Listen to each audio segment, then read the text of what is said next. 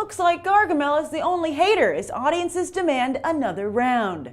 You're watching Beyond the Trailers review of Smurfs 2. I'm going in! Keep going! Gotcha!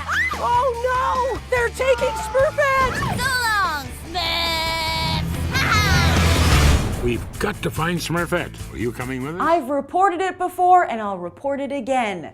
The first Smurfs flick made over $560 million worldwide. That's more than any of the three Alvin and the Chipmunks adventures, and in 2011 outgrossed Thor, X-Men First Class, and Rise of the Planet of the Apes. So of course Sony is bringing them back, not just this summer, but a third film is planned for summer 2015. And while Gargamel might not be so good at his own spells, Sony has not only kept its original kick-ass formula, but given it an extra kick. Hank Azaria, Neil Patrick Harris, and Jayma Mays all return, as does the original voice cast for the Smurfs, with this time Katy Perry being highlighted with a Smurfette-centric storyline. And she's no longer the only female Smurf, with Christina Ricci joining as Vexy, a naughty created by Gargamel.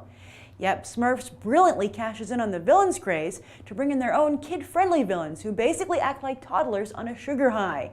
The entire target demographic will relate to Vexy, as well as her fellow naughty Hackus, voiced by J.B. Smoove. Naughty. Isn't that the very successful catchphrase for Disney's Stitch? And while the first Smurfs got a lot of mileage out of its New York City location, this sequel takes place in Paris.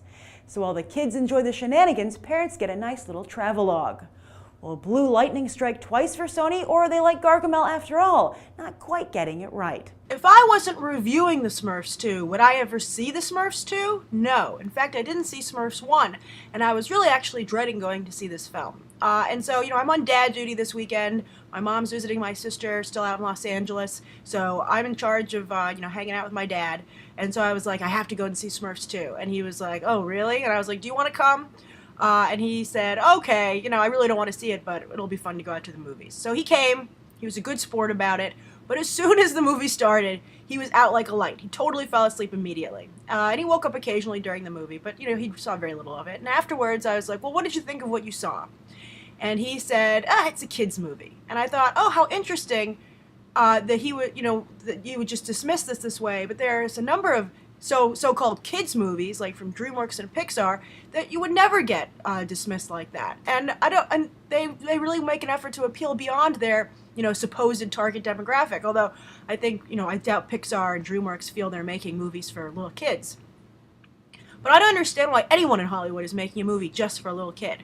I don't understand why you'd be like, well, you know what, this isn't the greatest movie ever made, but it's okay, and kids won't tell the difference, so let's just make it. I don't understand why people wouldn't try to do their best with every film they made.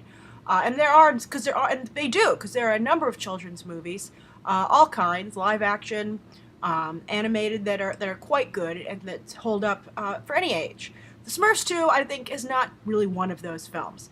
There were a lot of kids in the theater that I went to, but none of them seemed really amazed with the movie. I think it was just something more for families to do.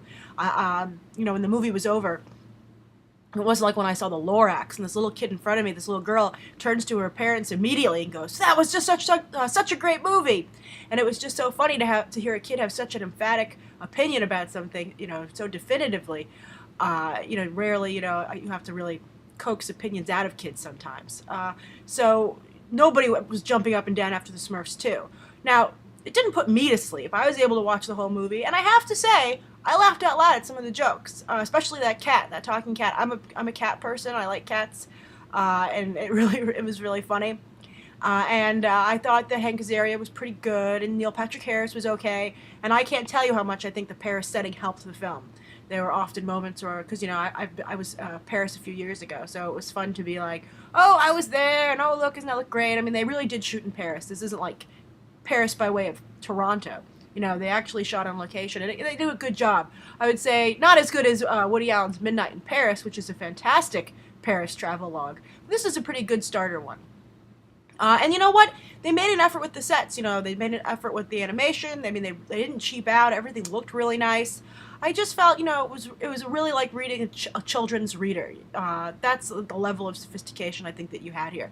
And I think that other movies have shown that kids can handle more sophistication. They just don't get all the layers. But then when they go revisit it throughout their lives, and as they become adults and they watch it again with their kids, then they see those layers that they missed the first time. And I mean, that's obviously the ideal way to go. So, is Sony making the best Smurfs movie they can make? I don't think so. But are they making an okay Smurfs movie? I mean, this seems...